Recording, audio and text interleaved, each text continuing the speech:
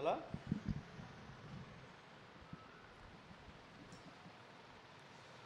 మిమ్మల్ని కూడా మరి బెతెస్దా ఆరాధన మందిరం తరపున ఆరాధన మందిరం బెతెస్దా ఆరాధన మందిరం నుండి మరి ప్రభువైన యేసుక్రీస్తు వారి నామములో మిమ్మల్ని అందరం కూడా ఈ VBS కొరకై ఆహ్వానిస్తున్నాం. 2025 VBS కొరకై మిమ్మల్ని ఆహ్వానిస్తూ ఉన్నాం. ఈరోజు మరి ఈ VBS ఇవన్నీ కూడా ఈ పాఠాలన్నీ 10 పాఠాలు ఉంటాయి. అవన్నీ ఒకసారి పరిచయం చేస్తాం. అవన్నీ పరిచయం చేయక మునుపు నాకు కూడా కొంచెం బలహీనత ఉన్నది, ప్రాబ్లం. మరి ప్రభు సహాయపడినట్లు ప్రార్థించండి. దేవుని కృపలో మీ ప్రార్థన ద్వారా చేస్తాం. కాబట్టి నేను పెద్ద గొప్ప చెప్తాను అనుకోను, మీ ప్రార్థనల ద్వారా. ముందుగానే హ్యాండ్స్ అప్ అంటున్నాం. ఏమంటున్నాం? మేము అంతగా చెప్పలేము, సింపుల్గా చెప్తాను. తర్వాత ఒకసారి ఒక స్టోరీ జరిగింది. ఒకడంటే ఒక ఊరిలో, జాగ్రత్తగా వినండి, మీరు అందరూ వినాలా. ఒకడు మీసాలు తిప్పుకొని తిరుగుతున్నాడు, పెద్దోడు. వాడు వస్తాడు ఫైల్మాన్ ఆ ఊరిలో. ఈ నాలంటాడు ఒకడు, వాడికి ఎందుకు, వీడికి కూడా ఇష్టం పుట్టింది మీసాలు ఇటు తిప్పుకోవాలని. ఈ మీసాలు ఇటు తిప్పుకున్నాడు వీడు. వాడు చూసి చెప్పారు, వాడు పిలిపించాడు వీడిని. ఏమరా, ఈ ఊరిలో ఫైల్మాన్ నేను ఒక్కడినే, ఇంకెవరు నా ముందు మీసాలు ఏమన్నాడు, ఇట్లా తిప్పి కనపడకూడదు. లేదు సార్ నాకు అదే ఇష్టం అన్నాడంటే వీడు, లేదు ఫైల్మాన్ నేను ఒక్కడే తిప్పాలి, నువ్వు తిప్పాలంటే నువ్వు నన్ను కొట్టు, నన్ను గెలిచి పెట్టుకో అన్నాడంట. అని వీడుండి అది ఎట్లా అంటే, లేదు రా ఫైటింగ్ రా, నువ్వు ఫైట్కి రా అన్నాడంట. ఇద్దరం కొట్టుకుందాం, నువ్వు గెలిస్తే నువ్వే పెట్టుకో మీసం, ఎవరో ఒక్కనే పెట్టుకోవాలి మీసాలు ఇట్లా అన్నాడంట. అప్పుడు ఏం జరిగింది, ఆడు తెలివిగా, ఇగో ఇవన్నీ కాదు, నువ్వు తినే ఆహారం నాకు పెట్టన్నాడంట. ఏమన్నాడు, రోజు నువ్వు తినే చికెన్, మటన్ కానీ పిస్తా, బాదం, కాజు అన్నీ పెట్టు, 6 నెలలు పెట్టానంట. తెలివిగా 6 నెలలు పెట్టానంట. పెడితే ఏంటి అన్నాడంట. 6 నెలలు పెడితే 6 నెలలు పెట్టు, మేపు, నీతో ఫైటింగ్ చేస్తాను పో అన్నాడంట. వీడు నిజం అనుకొని ఈ 6 నెలలు మేపి 6 నెలలు అవ్వగానే ఎరా రెడీయా అని కోర్టు రెడీ చేశాడు. చుట్టూ తాళ్ళు కడతారు కదా, అవన్నీ కట్టి రెడీ చేసి దాంట్లోకి ఎక్కాడంట. ఇప్పుడు రా చూసుకుందాం అన్నాడంట. రా అన్నాడంట. వాడు భయపడతా రా అన్నాడంట. వచ్చాడంట. వచ్చిన తర్వాత ఇప్పుడు ఫైట్ చేయరా అన్నాడంట. వాడికి అసలు ఏమొచ్చు, వాడికి ఏమి రాదు. వాడు తిండి కోసం ఆ మాట చెప్పాడు. ఏది 6 నెలలు తిని ఆ రోజు ఏమన్నా తెలుసా, అసలు నీకు నాకు గొడవ ఎందుకు సార్, మీసాలు రా అన్నాడు. మీసాలుగా దించేస్తారా అని ఇట్ట అన్నాడంట. వాడు వదిలేశాడు, వాడు వెళ్ళిపోయాడు. ఈ 6 నెలలు వీడేమయ్యాడు. ఇప్పుడు నేను కూడా అంతే విషయాలు ఇట్లా అంటున్నా, ఎందుకంటే ఐ ప్రాబ్లం ఉంది కాబట్టి అన్నీ పర్ఫెక్ట్గా చెప్పలేము. తర్వాత లాస్ట్ తమ్ముడు కరుణాకర్ కొన్ని ఫినిషింగ్ టచ్ ఇస్తారు, జ్ఞాపకం పెట్టుకోనండి. తర్వాత ఆల్టర్ కాల్ కూడా ఇస్తారు.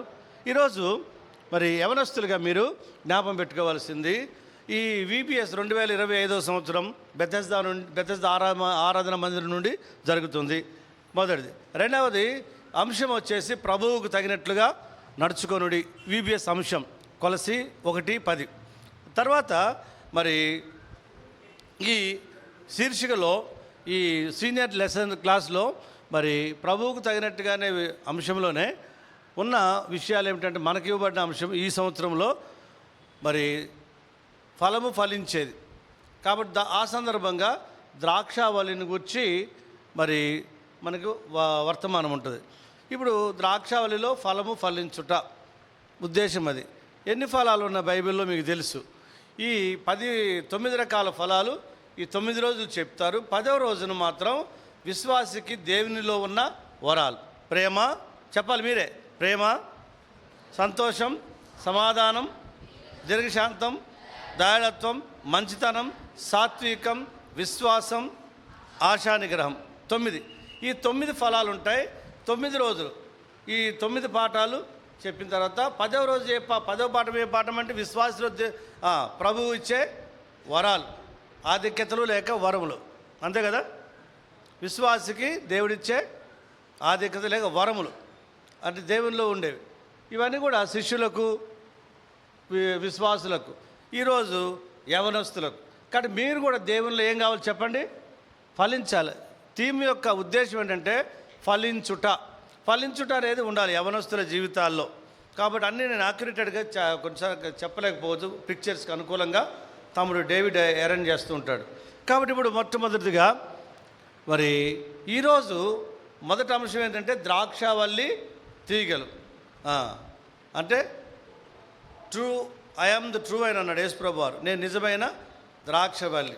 కాబట్టి ట్రూ వైన్ అండ్ బ్రాంచెస్ అంటే నిజమైన ద్రాక్షవల్లి తీగలు అన్నాడు. ఎందుకు ఈ చెట్టును కోరుకున్నాడు అని మనం ఆలోచిస్తే జాగ్రత్తగా వినాలి. హాఫ్ అన్ అవర్ కాగానే ఒకసారి హింట్ ఇవ్వండి. దేవుడు మరి మనకిచ్చిన ఈ పాఠంలో మొదటి పాఠం ఏమిటంటే ద్రాక్షావల్లి, అందులో నుండి వచ్చే ఫలాలు. ఈ ఫలాలు బైబిల్లో ఉన్నాయి. గలతీ పత్రిక 5వ అధ్యాయము 22వ వచనం, 19వ వచనంలో శరీర ఫలాలు, గలతీ 5:22లో ఆత్మ ఫలాలు, ప్రేమ, సంతోష, సమాధానం మీకు తెలుసు. ఈ 9 రోజులు 9 పాఠాలు జరుగుతాయి. 10వ రోజు విశ్వాసికి ఉన్న వరములు, దేవుడిచ్చే వరము. సరే, అది అట్లా ఉంచండి. ఇప్పుడు ద్రాక్షావల్లి తీగలు అనేది ఉంది. ద్రాక్షవల్లి ఎవరు అంటే యేసు ప్రభు, తీగలు అంటే మనుషులు, లేక తీగలు అంటే శిష్యులు. ఇంకా చెప్పుకోవాలంటే తీగలు అంటే ఈరోజు యవనస్తులు. అది యేసు ప్రభువు తర్వాత యవనస్తులు. యేసు ప్రభులో యవనస్తులు ఎలా ఎదగాలి అనేది అంశం. ఎలా ఎదుగుతారు, ఎలా ఫలాలు తీసుకొస్తారు, ఫలిస్తారు అనేది అంశం. ఇప్పుడు ఈరోజు మరి ఆ ద్రాక్ష చెట్టును ఎందుకు కోరుకున్నాడు ప్రభు అంటే, అయ్యా ఇది ఆఫ్ చేయ కొంచెం గాలి. ద్రాక్ష చెట్టు, అన్ని చెట్లు వేరు, ద్రాక్ష చెట్టు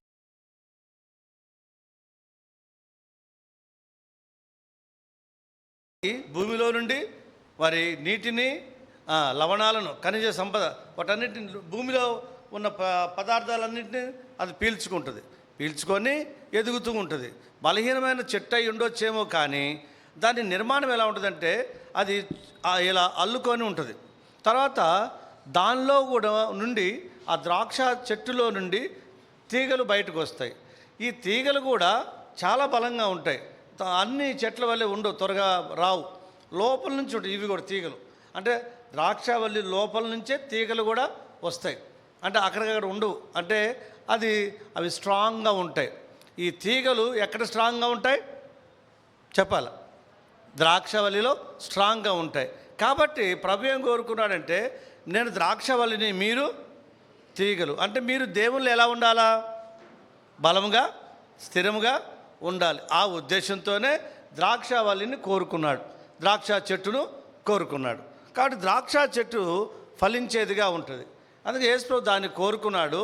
దాని గురించి మనం చూస్తాం. అది భూమిలో నాటబడి ఎదుగుతుంది, కాండం, దానిలో నుంచి తీగలు వస్తాయి, తీగల్లో నుండి ఆకులు వస్తాయి. కాండము, దాని ఏమంటారు ఇంగ్లీష్లో, కాండం ఏమంటారు, బ్రాంచ్ అంటారా, ఏమంటారు, స్టెమ్, తర్వాత బ్రాంచెస్, స్టెమ్, బ్రాంచెస్, ఆ తర్వాత leaves and fruits, finally fruits వస్తాయి. అంటే కాండము, తీగలు, ఆకులు, ఫలాలు, ఈ 4 దాంట్లో ఉంటాయి. అది ఎక్కడ ఉంటుంది అంటే భూమిలో ఉండి సారం పొందుతూ ఉంటుంది. అది జ్ఞాపకం పెట్టుకోనండి. యేసుప్రభు దానికి మనల్ని పోల్చాడు. ఆయనే ఆ చెట్టు, ఆ తీగలు మనం, దానిలోంచి వచ్చే ఆకులు, అది ఒక ఫలము. అంటే ఒక మేలుకరమైనవి ఆకులు లేకుండా చెట్టుకు ఏమి లేదు, ఎదుగుదల ఉండదు. కాబట్టి ఆకులో పత్రహరితం, పిండి పదార్థాలు తయారవుతాయని మేము చిన్నప్పుడు చదివాం, అంతేనా? తర్వాత ఫైనల్గా వచ్చేది ఫ్రూటు. ఎవరైనా ఆ చెట్టును పెట్టుకునే దేనికంటే దాన్ని చూసుకొని మురవటానికి కాదు. ఏం తీసుకోవాలి, చెట్టు నుండి ఫలాలు తీసుకోవాలి. కాబట్టి ఆ ఫలం అనేది ఆ యజమానికి అవసరం, నీలో నాలో కూడా ప్రభువుకి అదే అవసరం. అది అట్లా ఉంచండి. ఇప్పుడు మన కంటతా వాక్యము కంటతా వాక్యం యోహాను సువార్త. ఈ పాఠాలన్నీ కూడా యోహాను సువార్త 10 పాఠాలు, యోహాను సువార్త 15వ అధ్యాయము మొదటి 18 వచనాల మీద ఆధారపడి ఉంటుంది.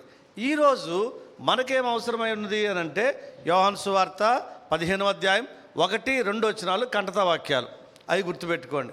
ఫస్ట్ 2 వర్సెసే మనకు కంటతా వాక్యాలు ఈరోజు. యోహాను సువార్త 15:1-2. తర్వాత ఇప్పుడు దేవుని వాక్యం బైబిల్లోనికి వాక్యంలోకి వస్తాం.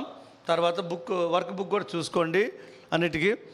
తర్వాత ఇప్పుడు దేవుని వాక్యం బైబిల్లో మనం గమనిస్తే ఇక్కడ మరి యోహాను సువార్తలో ఆయన ద్రాక్షవల్లి మనము తీగెలము అని చెప్తున్న ఈ సందర్భంలో ద్రాక్ష వల్లిలో మరి తీగలు ఉన్నాయి. తీగలుగా ద్రాక్షవల్లిలో ఉండకపోతే ఫలాలు లేవు. అనగా తీగ ద్రాక్షవల్లిలో ఉండాలి. యోహాను సువార్త లో ఈ కోరుకున్నాడు. యోహాను సువార్త 13, జాగ్రత్తగా వినండి, కొంచెం బయటకు వెళ్తున్నా. యోహాను సువార్త 13, 14, 15, 16, 17 ఈ 5 అధ్యాయాలు 13, 14, 15, 16, 17 ఈ 5 చాప్టర్స్ పస్కా టేబుల్ దగ్గర పస్కా భోజనపు బల్ల యొద్ద యేసు ప్రభు మాట్లాడిన సందర్భం. 13వ అధ్యాయం మొదలు పెడితే 17వ అధ్యాయం చివరి వచ్చిన వరకు అంతటి యేసు చాలించి కెద్రోను వాగు దాటి పోయాను. అంటే సుమారు ఈ 5 అధ్యాయాల్లో యేసు ప్రభు పస్కా బల్ల దగ్గర మాట్లాడాడు. దానిలో మిడిల్ చాప్టర్ ఏంటి? 13, 14, 15, 16, 17 అంటే 13, 14, 16, 17 మధ్యలో ఏముంది? 15th chapter. అంటే జాన్స్ గాస్పెల్ 15th చాప్టర్ అది సెంటర్గా ఉంటుంది. ఆ ప్రసంగంలో సెంటర్ చాప్టరే యోహాను సువార్త 15. దాంట్లో ఏం చెప్పాడంటే, నేను I am the true vine, you are the branches. నేను నిజమైన ద్రాక్షవల్లిని, మీరు తీగలు. కాబట్టి మీరు తీగలు, మీలో నుండి ఏం రావాలంటే ఫలము రావాలి. He speaks about his life. First 8 verses. He speaks about his love 8-20. He speaks about his name 22 last. అంటే మొదటి 8 అక్షరాలు జీవం, 8 నుంచి 20 వరకు ఆయన ప్రేమ, తర్వాత 20 నుంచి చివరి వరకు ఆయన నామాన్ని గురించి మాట్లాడాడు ఈ 15వ అధ్యాయం యోహాను సువార్తలో. దీనికి ఒక మీకు రిలేటెడ్గా ఒక దైవజనుడు చెప్పింది మీకు చెప్తాను. ఇంతకుముందు ఒకసారి చెప్పాను. కానీ ఫలములు ఫలించేది విశ్వాస యొక్క ఉద్దేశం. విశ్వాస చేయవలసింది అంటే శిష్యులైన వారు, యవనస్తులైన వారు దేవునిలో ఫలములు ఫలించాలి. ఫలము ఫలించాలి అనంటే ఆ చెట్టులో నిలిచి ఉండాలి, చెట్లు అంటగట్టబడి ఉండాలి. అందుకొరకు ఒక దైవజనుడు చెప్తాడు. ఏం చెప్తారంటే ఫ్రూట్ బేరింగ్, అబాయిడింగ్. రాసుకోండి, fruit bearing. Goal is fruit bearing. Goal, what is the goal? Fruit bearing. Fruit bearing, abiding, obeying, loving, knowing. బాగా గుర్తుపెట్టుకోండి. ఫలం ఫలించేది ఎవరు అంటే నిలిచిన వారు. నిలిచిన వారంటే ఎలా? విధేయత కలిగిన వారు. విధేయత అంటే ఎవరు? ప్రేమించేవారు. ప్రేమించడం ఎరిగిన వారు. కాబట్టి నువ్వు ప్రభువులో ఒక చెట్టు జీవము గలది అని ఎలా రుజువు అంటే ఆ చెట్టులో ఫలములు వస్తాయి. చెట్టులోంచి ఫలము రావాలంటే తీగ ఆ యొక్క కొమ్మ ఆ చెట్టులో నిలిచి నాటబడి ఉండాలి. అది కాబట్టి ఈ సందర్భంగా ఆయన చెప్పాడు, అది విశ్వాసులంగా మీరు దేవుల్లో నిలిచి ఫలించాలంటే ఎప్పుడు ఫలం వస్తుందంటే నిలిచి ఉండాలి. నిలిచి ఉండాలంటే దేవునికి విధేయత చూపించాలి. దేవునికి విధేయత చూపించాలంటే దేవుని ప్రేమించాలి. దేవుని ప్రేమించాలంటే దేవుణ్ణి ఎరిగి ఉండాలి. ఇప్పుడు రివర్స్లో చెప్తాను. మనం దేవుని ఎరిగితే ఏమవుతాం? దేవుని ప్రేమిస్తాం. ప్రేమిస్తే దేవునిలో నిలిచి ఉంటాం, విధేయత చూపిస్తాం. ఎరిగితే ప్రేమిస్తాం, ప్రేమిస్తే విధేయత చూపిస్తాం. ఎన్ని శ్రమలు కష్టాలు వచ్చినా, నిందలు అవమానాలైనా విధేయత చూపించినప్పుడు నిలిచి ఉంటాం. నిలిచినప్పుడు ఫలం ఫలిస్తాం. ఇంగ్లీష్లో చెప్తాను. Knowing, loving, obeying, abiding, fruit bearing. ఎరుగుట, ప్రేమించుట, విధేయత చూపుట, నిలిచి ఉండుట, ఫలము ఫలించుట. ఇది బేసిక్. అది పెద్దవాళ్ళకి, చిన్నవాళ్ళకి ఇది వర్తమానం. ఇప్పుడు నేను నిజమైన ద్రాక్షవల్లిని, మీరు తీగలు అన్నారు. అంటే ద్రాక్షవల్లిలో తీగలు ఉన్నట్లుగా మనం కూడా యేసు ప్రభులోనికి రావాలి. యేసు ప్రభు యొక్క జీవులో మనం అంటగట్టబడాలి. అందుకొరకు యోహాను సువార్త 3:3 ఏముంది? ఒకడు క్రొత్తగా జన్మించింది. అంటే యేసు ప్రభులోకి మనం ఎలా వస్తాం? తీగ ద్రాక్షవల్లిలోకి ఎలా ఉంటుందో అలాగే మనం కూడా యేసు ప్రభులోనికి రావాలి. యేసు ప్రభుని అంగీకరించాలి. యేసు ప్రభు మన సొంత రక్షకుడుగా చేసుకోవాలి. ఆ విధంగా అంగీకరించినప్పుడు ఆ చెట్టుకి మనం అంటు కట్టబడుతున్నాం. అందుకొరకై యోహాను సువార్త 3:3 ఒకడు క్రొత్తగా జన్మిస్తే కానీ దేవుని రాజ్యము చూడడు. యోహాను సువార్త 1:12 అక్కడేముంది అంటే ఎందరూ తనను అంగీకరించరో అనగా తన నామమందు విశ్వాసం ఉంచిన వారికి దేవుని పిల్లలకు అధికారం. అంటే యేసు ప్రభును నువ్వు అంగీకరించాలి, నీ సొంత రక్షకుడుగా, నీ దేవుడుగా, నీ ప్రభుగా, నీ రాజుగా. ఆయన సృష్టికర్త అయిన దేవుడు నీ కొరకు ఈ లోకానికి వచ్చి రక్తం కార్చి ప్రాణం పెట్టాడు, చనిపోయి సమాజం తిరిగి లేచాడు నీ పాపాల కొరకై. ఇది నువ్వు విశ్వాసం ఉంచాలి. దేవుడు నా కొరకు రక్తం కార్చి ప్రాణం పెట్టాడు, నేను పాపిని, యేసయ్యా నా పాపాలు క్షమించు అని నువ్వు ఎప్పుడు అడుగుతావో యోహాను సువార్త 1:12 ప్రకారం అడిగిన నీవు ఎక్కడికి వస్తున్నావు? ద్రాక్ష వల్లిలోనికి వస్తావు. ద్రాక్ష వల్లిలోకి వచ్చిన తర్వాత, అంటుకట్టబడిన తర్వాత ద్రాక్ష వల్లిలోకి నువ్వు వస్తావు. వచ్చిన తర్వాత అంటుకట్టబడతావు. అంటుకట్టబడిన తర్వాత ద్రాక్ష వల్లిలో నువ్వేమై ఉండాలంటే నిలిచి ఉండాలి. దేవుని వాక్యం బైబిల్లో రోమాపత్రిక 8వ అధ్యాయము 34వ వచనంలో ఒకరు చదవండి. రోమా 8:34 త్వరగా.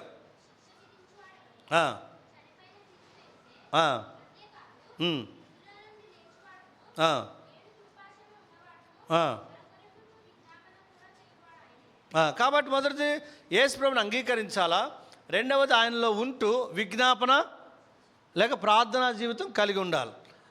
కొలసీ పత్రిక 3వ అధ్యాయం 2వ వచనం, కొలసీ 3:2.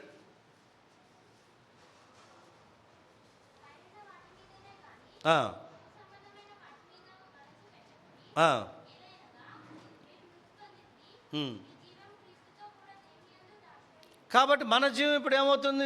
దేవునిలో దాచబడుతుంది. అంటే నువ్వు యేసు ప్రభువుని అంగీకరించినప్పుడు నువ్వు ఆయనలో అటాచ్ అవుతున్నావు, ఆయనలో నీ జీవం ఉంటుంది. కాబట్టి నువ్వు ఆయనలో నిలిచి ఆయనలో ఉంటూ కొనసాగుతూ ఉండాలి. ఎందుకు అనంటే ఆయనకు వేరైతే, యేసు ప్రభువులోకి వచ్చిన తర్వాత ఆయనకు వేరైతే నువ్వు ఫలం ఫలించవు. యోహాను సువార్త 15:4-5 వచనాల్లో నాకు వేరుగా ఉండి మీరేమియో. కాబట్టి యవనస్తులుగా మీరు గుర్తుపెట్టుకోండి, మొదట యేసు ప్రభువుని అంగీకరించాలా, రెండవది యేసు ప్రభువులో నిలిచి ఏం చేయాలా? ప్రార్థన చేస్తూ ఉండాలి. తర్వాత యేసు ప్రభువులో మీరు ఉంటూ మీ జీవం ఎవరిలో ఉంది? యేసు ప్రభువులో ఉన్నది అని గుర్తించి ప్రభు కొరకు జీవిస్తూ ప్రభులో ఉండాలి. అంతేగాని ఆయనకు వేరుగా వెళ్ళకూడదు, ఆయనకు వేరుగా వెళ్ళకూడదు. కొన్ని ద్రాక్ష చెట్ల గురించి చెప్తాను. ఈ ద్రాక్ష చెట్లు కొన్ని మరి తీగలు ఉంటాయి, ఆ చెట్టు నుండి వస్తాయి. అది అయితే కొన్ని ఎండిపోయి వేలాడుతూ ఉంటాయి, కొన్నిటిని పీక అవతల పడేసి తగలబెడతారు, అంటే ఎండిపోతాయి. అవి ఎక్కడున్నాయి? ఎక్కడున్నాయి? ద్రాక్షవల్లిలోనే ఉన్నాయి, కానీ ఏమై ఉన్నాయి? ఎండిపోయినాయి. ఎందుకు ఎండిపోయినాయి అంటే ఈ ఎండిపోయిన ఈ తీగలోకి ఏం రావట్లా? జీవం రావటల్లా, జీవం సరఫరా కావటల్లా. చెట్టులో నుంచి భూమిలో నుంచి ఖనిజ సంపద చెట్టులోకి వస్తుంది, చెట్టులో నుండి జీవం కొమ్మల్లోనికి వస్తుంది, కొమ్మల్లో నుండి ఏం వెళ్తుంది? ఆకుల్లోనికి వస్తుంది. ఈ ఆకులు సూర్యరశ్మి ద్వారా ఏమవుతాయి? బలము పొందుతున్నట్లుగా పైనుండి ఆ ఆకులు కూడా మేలు పొందుతున్నాయి. అంటే మనము ప్రభు జీవంలో ఉన్న మనం కూడా దేవుని ఆత్మతో, దేవుని వాక్యంతో సంబంధం కలిగి ఉండాలి. దైవ జీవాన్ని పొందిన వారు దేవుని ఆత్మతో, దేవుని జీవం నీలో ఉండాలా, ఆత్మతో నీకు సంబంధం ఉండాలి. జాగ్రత్తగా వినండి.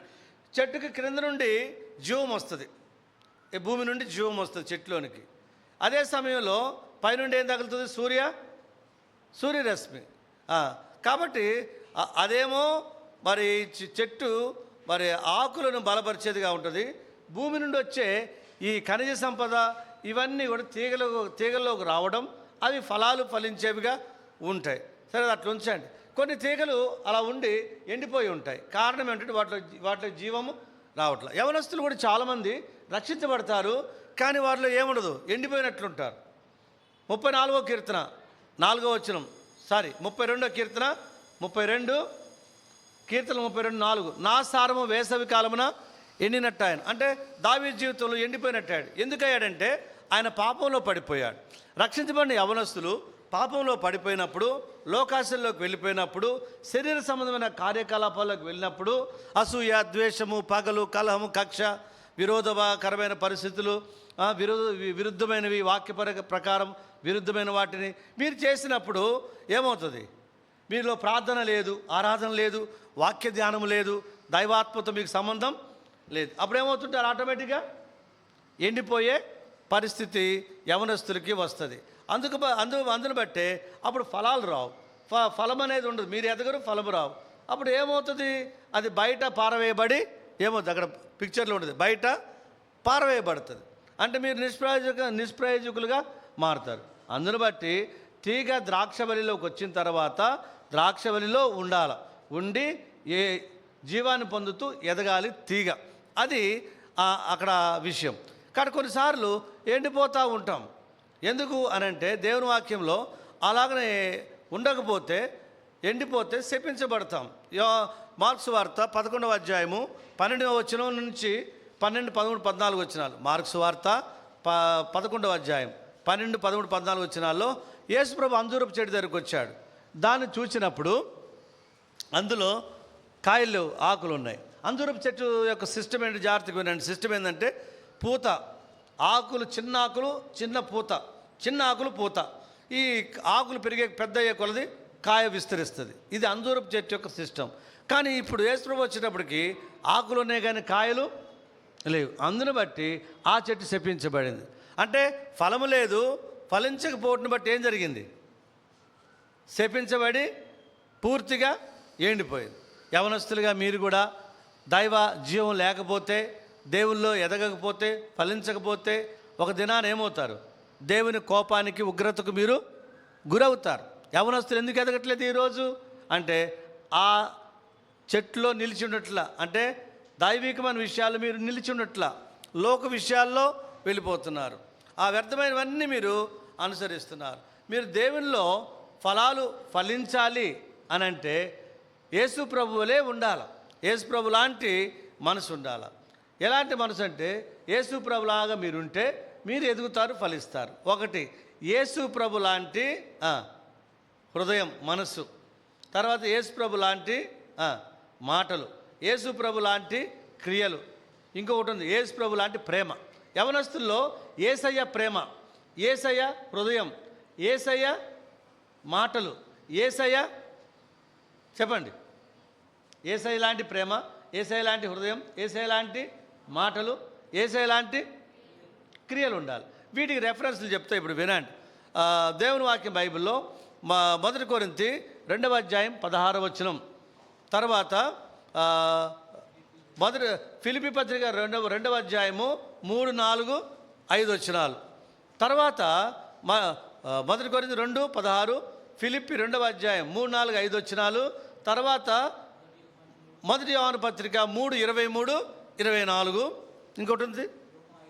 తర్వాత ఇంకొకటి రెఫరెన్స్ రోమా 5:5. అంటే మీ హృదయాల్లో దేవుని ప్రేమ ఏం కావాలా?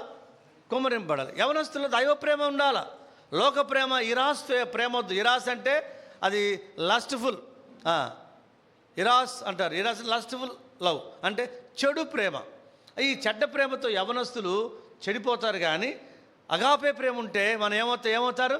నిలిచి ఉంటారు. దైవ ప్రేమ ఉండాలి. దేవుని ప్రేమ మీ హృదయాల్లో ఉండాలి. ఈ దేవుని ప్రేమ మీ హృదయాల్లో కుమ్మరింపబడినప్పుడు ఈ కుమ్మరింపబడిన ఈ హృదయాల్లో నిండిన హృదయాలు పాపి దగ్గరికి వెళ్ళి కుమ్మరించాలి. దైవ ప్రేమ మీలో, మీ దగ్గర నుంచి ఎవరికి వెళ్ళాలి? ఎవరి దగ్గరికి వెళ్ళాలి? పాపి దగ్గరికి వెళ్ళాలి. అంటే ఇతరులకు చూపించాలి. యవనస్తుల్లో యేసయ్య ప్రేమ కనపడాలి. యవనస్తుల్లో యేసయ్య హృదయం కనపడాలి. యవనస్తుల్లో యేసయ్య మాటలు, యవనస్తుల్లో యేసయ్య క్రియలు. అంతే కదా? క్రియలు అది అలాంటివి యవనస్తుల్లో ఉండాలి. ఇలాంటి 4 విషయాలు మీలో ఉన్నాయంటే మీరు ఏమవుతున్నారు? ఫలము ఫలించే అవ్వేలో ఉంటున్నారు. ఇంకేమైనా ఉన్నాయా? ఓకే. కాబట్టి ఇప్పుడు యవనస్తులు గుర్తుపెట్టుకోవాల్సింది ఏమిటంటే మూలాంశంగా చెప్తున్నా, ఫలము ఫలించాల. యోహాను సువార్త 15:16 మీరు బహుగా ఫలించటం వలన 8 యోహాను సువార్త 15:8 మీరు బహుగా ఫలించటం వలన నా తండ్రి మహిమ పొందు. అంటే మనం ఫలిస్తే దేవునికి మహిమ, మనం శిష్యులం అవుతాం. శిష్యులు అంటే దీవించబడతారు. తర్వాత యోహాను సువార్తలోనే 15వ అధ్యాయము 16వ వచనంలో మీరు వెళ్ళి ఫలించుటకు, మీ ఫలము నిలిచి ఉంటకు నేను మిమ్మల్ని ఏర్పరచుకొని నియమించు. అంటే యేసు ప్రభు లోకంలో మనల్ని ఎందుకు ఏర్పరచుకున్నాడు? నిన్ను నన్ను మనల్ని ఎందుకు రక్షించుకున్నాడు అంటే మనము మరి రక్షించబడిన తర్వాత ఆయన కొరకే ఫలములు ఫలించే వారంగా ఉండాలి. పరమగీతము 4:16లో నా ప్రియుడు తన ఉద్యానవనమునకు వేంచేనుగాక, తనకిష్టమైన ఫలములను అతడు భుజించునుగాక. Song of Solomon 4th chapter verse 16. పరమగీతం 4:16. రేపు మధ్యాకాశానికి యేసుప్రభు వచ్చినప్పుడు ప్రతి విశ్వాసిలో, ప్రతి యవనస్తుల్లో, ప్రతి సేవకులు లేక ప్రతి పరిచారకులు, నాలో నీలో మనలో యేసయ్య ఏం చూస్తాడు చెప్పండి? ఫలాలు చూస్తాడు. కాబట్టి ఫలములు ఫలించాలా. ఫలములు ఫలించాలంటే మొట్టమొదటి బేసిక్ ఏంటి? చెట్టుకి ఏమై ఉండాలా? అంటు కట్టబడి ఉండాలి. అంటే యేసు ప్రభులో నువ్వు ఫలించాలని అనుకుంటే ముందు ఏమై ఉండాలి? యేసు ప్రభుని నువ్వు అంగీకరించి ఉండాలి. అంటే యేసు ప్రభుని సొంత రక్షకుడిగా అంగీకరించాలి. ఎవరైనంటే సృష్టికర్త అయిన దేవుడు 2000 సంవత్సరాల క్రితం నీ కొరకు, నా కొరకు, మన పాపాల కొరకై రక్షణకర్తగా ఈ లోకానికి వచ్చి కల్వరి శిలువలో మ్రాను మీద రక్తం కార్చి ప్రాణం పెట్టాడు. ఆ రక్తంతో నిన్ను నన్ను మనల్ని కొనుక్కుంటున్నాడు. నిన్ను నన్ను మనల్ని పరిశుద్ధపరిచేవాడు ఉన్నాడు. పరిశుద్ధపరిచే యేసయ్య రక్తం, ఆ రక్తంలో మన పాపాలను కడుగుతున్నాడు. తద్వారా మనం ఏం చేయబడుతున్నాం?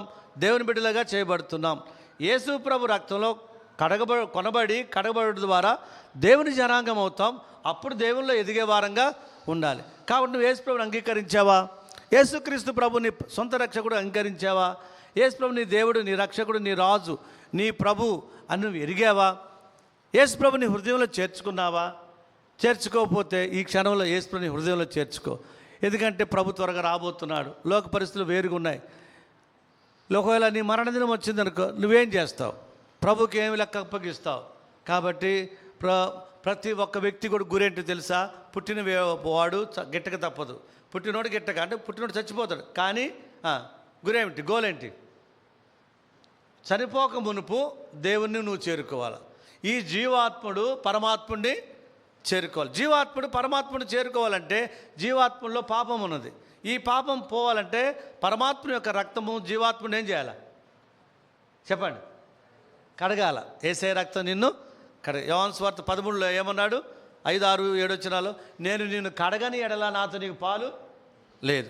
అంటే యేసయ్య రక్తం మిమ్మల్ని కడగకపోతే మీకు ఆయనకు సంబంధం లేదు. ఆయనకి మీకు సంబంధం అయితే మీరు ఫలములు ఫలించడం ఆయన వడి చేయాలి. కాబట్టి యవనస్తులు దేవునిలో ఫలించాలా అంటే మొదట అంటగట్టబడి ఎదుగుచు వ్యర్థమైన పనికిమాలినవన్నీ వదిలిపెట్టుకొని ఆత్మీయ జీవితానికి మేలు కలిగించే 4 విషయాలు చెప్పాం. అవి మీలో ఉన్నప్పుడు మీరేమవుతారు? ఫలం ఫలిస్తారు. తమ్ముడు కరుణాకర్, టైం అయిందా? రామ్మా. ఇప్పుడు తమ్ముడు కొన్ని మాటలు చెప్తాడు. చెప్పి మరి ఆల్టర్ కాల్ ఇస్తాడు. ప్రేమ కలుగుతండి. కొన్ని మాటలు నేను చెప్పాను. దీవించి ఆస్వాదించండి. యవన బిడ్డల్లో మరి ఫలించాలనే ఆశ, కోరిక, తపన, వాంఛ కలిగించండి. అందుకొరకు రక్షించబట్టకు సహాయపడండి. ఇచ్చిన సమయంకే స్తోత్రాలు. ఈరోజు జరిగే పరిచయం కూడా దీవించండి. తమ్ముడు కూడా కొన్ని మాటలు చెప్పి మరి ముగించాలి. సహాయపడండి. ఏసునామములో ప్రార్థిస్తున్నాం తండ్రి. ఆమె రామ్మ. ఇది నాదే కదా? మీదే.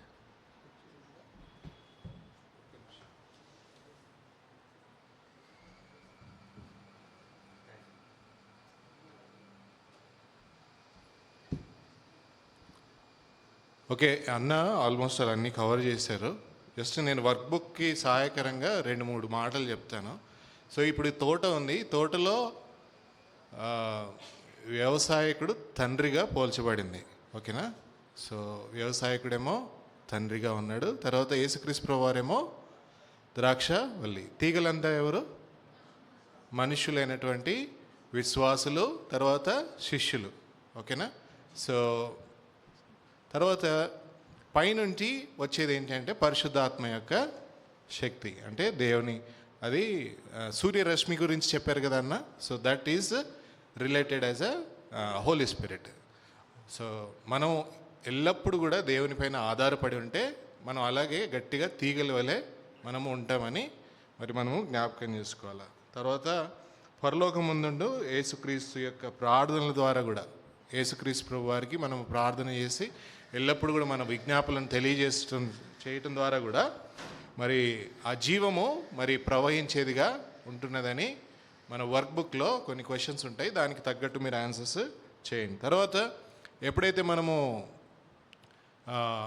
ఆయనతో వేరు కట్టలేక మరి నిస్సారం అయిపోతామో, ఫలించకుండా ఉంటాం. సో అవి కూడా ఒక 2 ఫిల్ ఇన్ ద బ్లాంక్స్ ఉంటాయి మీకు. దాని సహాయార్థమై 15th chapter 4 and 5 verses చూసి మీరు ఫిల్ చేయాలి.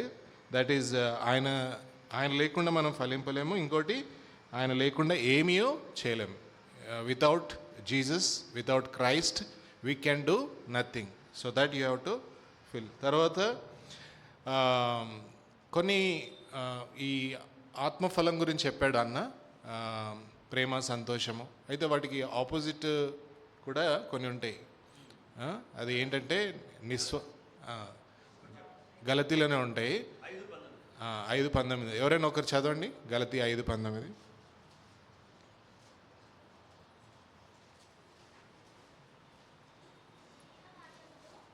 శరీర కార్యములు అవేమనగా జారత్వము, ఓకే, యా,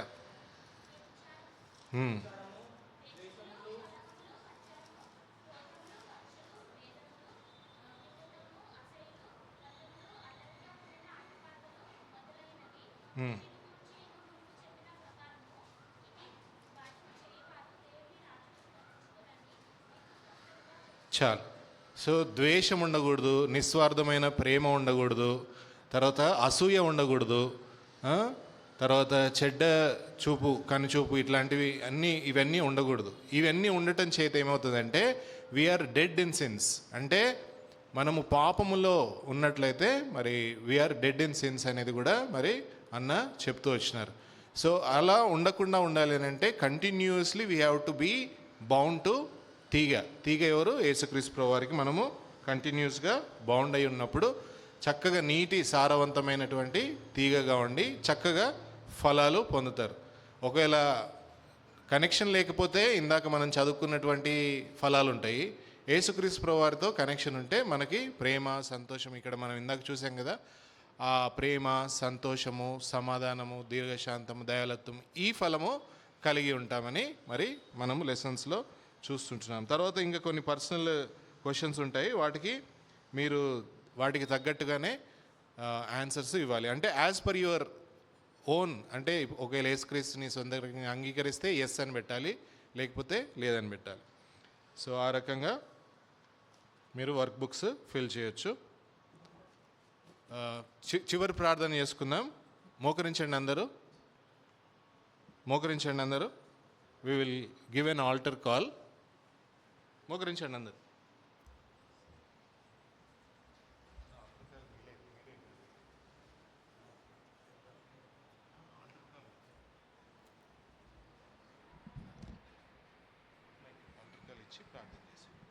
చివరిలో మరి ఎవరైనా ఇప్పుడు దాకా వాక్యం వింటూ వచ్చారు, దేవుని వాక్యము, దేవుని పేరిట మీకు వందనాలు.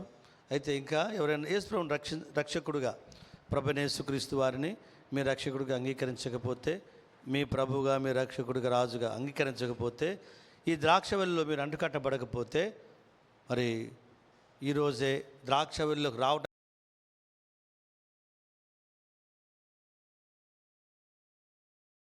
అంటే నరకానికి వెళ్తావు. యేసుప్రభువుని నమ్ముకోకుండా, యేసుప్రభువుని హృదయంలో చేర్చుకోకుండా నువ్వు లోకం విడిచిపెడితే నరకానికి వెళ్తావు. ఉపయోగం ఏముంది? మంచి డిగ్రీలు ఉన్నాయి, చదువులో డిగ్రీలు ఉన్నాయి, ఉద్యోగంలో మంచి శాలరీ, అందం, తర్వాత ఆస్తి, ఐశ్వర్యం, సిరిసం అన్నీ ఉన్నాయి. You got everything plenty, but you don't have salvation of God. కాబట్టి అన్నీ నీకు ఉన్నాయి, కానీ దేవుని యొక్క రక్షణ లేదు, పాపక్షమాపణలు లేవు. అంటే ఇప్పుడు నెక్స్ట్ చనిపోతే నాశనానికి వెళ్తావు, నరకంలో పడతావు, నరకానికి వెళ్తావు, పాతాళం తర్వాత నరకం. కాబట్టి అంగీకరిస్తే, ఈరోజు యేసుప్రభువుని అంగీకరిస్తే నువ్వు పరలోక రాజ్యంలో చేర్చబడతావు, లేదంటే పాతాళమే నీ అంతం. కాబట్టి ఈ ఉదయకాల సమయంలో నువ్వు ఆ పాతాళంకి వెళ్ళాలని దేవుడు కోరట్లేదు. నీకు బదులు యేసయ్య పాతాళంకి వెళ్ళాడు. ఆ యొక్క పాతాళము, ఆ పరదేశ ప్రాంతంలోకి ఆయన వెళ్ళి పైకి వచ్చాడు, నో ప్రాబ్లం. ఇప్పుడు నువ్వు చేయవలసింది ఒకటి సింపుల్: యేసయ్య నేను పాపిని, నా పాపాలు క్షమించు. నేను ద్రాక్షవల్లిలో ఇంకా అంటు కట్టబడలేదు, ఈ ఉదయకాలం ద్రాక్షవల్లిలోకి నేను కూడా వస్తా. అంటే నీలోకి, యేసయ్య నీలోకి నేను వస్తా, నిన్ను అంగీకరిస్తా, నువ్వు నా దేవుడిగా నిన్ను అంగీకరిస్తా, నా పాపాలు క్షమించు, నీ రక్తంతో కడిగని అడిగితే ఆయన నిన్ను అంటగట్టుకుంటాడు. ద్రాక్షవల్లిలో ఆత్మఫలాలు ఫలించేవాడుగా యుగ యుగాలు, ఫలం అంటే సంతోషం, యుగ యుగాలు ప్రభుత్వం కూడా సంతోషింపజేస్తాడు.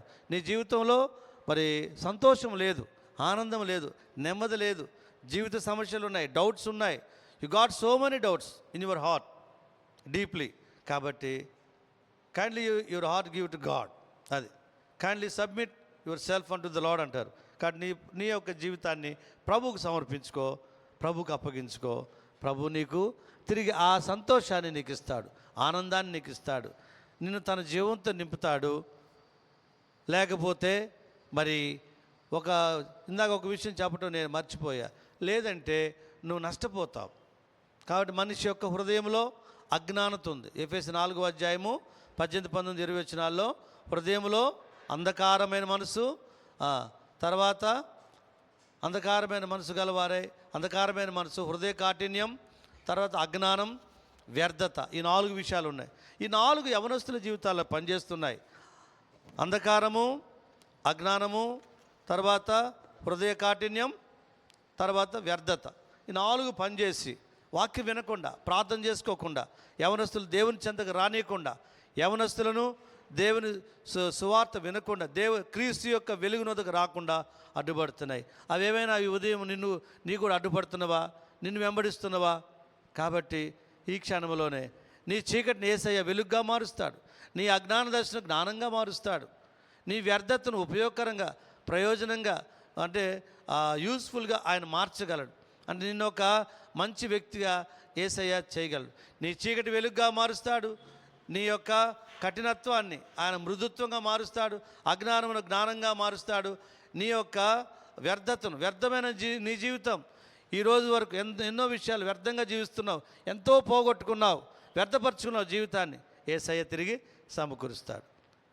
ఇవన్నీ నీకు ఇవ్వటానికే ఆయన యేసయ్య కల్వరి శిలువలో మేకులతో కొట్టబడ్డాడు. మ్రానుకు మేకులతో కొట్టబడి రక్తం చిందించాడు. ఆయన ప్రేమ మన హృదయాలు కుమ్మరించాడు. ఈ ఉదయం నీ హృదయంలో ఆయన ప్రేమ కుమ్మరిస్తున్నాడు, నిన్ను ప్రేమిస్తున్నాడు, నిన్ను ఆహ్వానిస్తున్నాడు. నీ జవాబు ఏమిటి? నువ్వు చేయవలసింది, యేసయ్య నేను పాపిని, నా పాపాలు క్షమించని అడుగుతావా? ప్రభు నీకు సహాయపడతాడు. అలాగనే ఎవరైనా ఆశపడుతుంటే నీ చీకటిని వెలుగుగా మార్చి నీకు సంతోషం, ఆనందం ఇవ్వాలని యేసయ్య ఇష్టపడుతున్నాడు. నువ్వు చెయ్యి ఈ ప్రార్థన. యేసయ్య నేను పాపిని, నా పాపాలు క్షమించి నీ రక్తంతో కడిగి అడిగితే ఆయన నీ పాపాలు క్షమిస్తాడు, తన రక్తంతో కడుగుతాడు, కల్వరి శిలువ రక్తంతో కడుగుతాడు. ఈ భాగ్యం కావాలంటే మీకు ఎవరైనా ఉంటే మీ కుడి చేతిని మీ తలల కంటే పైగా కనబడలాగా చూపించండి, మేము మీ కొరకు ప్రార్థన చేస్తాం. బాయ్స్గా, యంగ్ బాయ్స్, యంగ్ గర్ల్స్ ఎవరైనా సరే, చీకట్లో ఉన్నారా, అజ్ఞానతలో ఉన్నారా, లేకపోతే వ్యర్థమైన వాటిలో ఉన్నారా, జీవితంలో సంతోషం లేదా, నెమ్మది లేదా, పర్వాలేదు, జీవానికి వెలుపుతున్నారా, పర్వాలేదు, యేసు ప్రేమతో పిలుస్తున్నా, నా యొద్దకు రండి నేను మీకు విశ్రాంతి ఇస్తానని. ఎవరైనా ఉంటే మీ కుడి చేయి చూపిస్తే మేము మీ కొరకు ప్రార్థన చేస్తాం. ఎవరైనా ఉంటే దేవుడు తన దాసుల ద్వారా మాట్లాడుతున్నాడు. 2 సార్లు మీకు వాక్యం చెప్పాము. ఇప్పుడు మీ హృదయాల్లో ప్రభువుకు చోటివ్వండి. యేసయ్య నేను పాపినని ఒప్పుకోనండి మీ హృదయంలో. ఎవరైనా ఉంటే మీ కుడి చేతిని మీ తలల కంటే పైగా కనబడలాగున చూయించాలని ప్రభు పేటమని, మగ పిల్లలు కానీ ఆడపిల్లలు కానీ ఇంకా ఎవరైనా యేసు ప్రభు నీ హృదయంలోకి రావాలని, తన వెలుగుతో నిన్ను నింపాలని, ఆయన జీవాన్ని నువ్వు పొందాలని ఆశపడుతున్నావా? నీలో జీవం లేదు, దేవుడు తన జీవాన్ని నీకు ఇవ్వాలని ఆశపడుతున్నాడు. అట్లయితే నీ కుడి చేయి చూస్తే నీ కొరకు మేము ప్రార్థిస్తాం. ఒక తీర్మానం చేసుకో, తీర్మానం చేయకుండా వెళ్ళబాకు. ఒకవేళ నీ సిగ్గుపడుతున్నావేమో హృదయంలోనే తీర్మానం చేసుకో. సమయం నాతో కలిసి ప్రార్థన చేయండి. తీర్మానం చేసుకున్న వారు కానీ మిగిలిన వారు కూడా. యేసు ప్రభువా, ప్రియమైన యేసు ప్రభువా, చెప్పండి, ప్రియమైన యేసు ప్రభువా, నేను పాపిని నీ వాక్యం ద్వారా గ్రహించాను. నా పాపముల కొరకై, బాయ్స్ కూడా గట్టిగా చెప్పాలి, కల్వరి శిలువలో నీ రక్తమును కార్చినావు, అందును బట్టి స్తోత్రం. ఆ రక్తము చేత నా పాపమును కడిగి పవిత్రపరచండి. నీ కుమారుడుగా, కుమార్తెగా నన్ను చేసుకోనండి. యేసయ్య నీ జీవ గ్రంథములో నా పేరు రాయండి. వ్రాసినందుకు నీకు స్తోత్రం. యేసయ్య నేను రక్షించబడ్డాను, కానీ ఇంకా చీకటి, అజ్ఞానం, వ్యర్థత, మరి హృదయ కాఠిన్యం కలిగి ఉన్నాను. అయ్యా, తప్పిపోయిన వాడిగా తప్పైన దానిగా ఉన్నాను, నన్ను క్షమించు. నీలో ఫలం ఫలించినట్లు తిరిగి నీ వైపుకు ఆకర్షించు. నీ జీవాన్ని నాలో ప్రవహింపజేయి. యేసయ్య నామములో ప్రార్థిస్తున్నాను తండ్రి, ఆమెన్. క్లోజ్ చేయమంటారు తమ్ముడు? ప్రార్థన చేస్తావా? నేను బెనడిక్షన్ ఇస్తాను. చిన్న ప్రార్థన. ప్రేమల తండ్రి, మరి లెసన్ అంతట్లో మీ సాయాన్ని మాకు దయచేసిన వేలాది వందనాలు స్తోత్రాలు చెల్లిస్తూ ఇప్పుడు గ్రూప్ డిస్కషన్లో సాయం కోరుకొంచు ఏసునాడు వచ్చినాం తండ్రి. ఆమెన్. లాస్ట్లో ఇస్తారుగా ఆశీర్వాదం. తండ్రి అయిన దేవుని ప్రభువైన యేసుక్రీస్తు వారండి పరిశుద్ధాత్మకమైన సహవాసం కాపుదల భద్రత కూడి చేరి వచ్చిన మనకు VBSలో ఉన్న వారికి సకల ప్రియుల పరిశుద్ధులకు తీర్మానం చేస్తున్నారు సదాకాలం తోడేయండి గాక. ఆమె ఎవరైతే తీర్మానం చేసుకున్నారో మీ అడ్రస్ రాసి ఇవ్వండి, మీకు ప్రార్థన చేస్తాం. ఇప్పుడు గ్రూప్స్ డివైడ్ చేసుకుందాం. నేను ఎనష్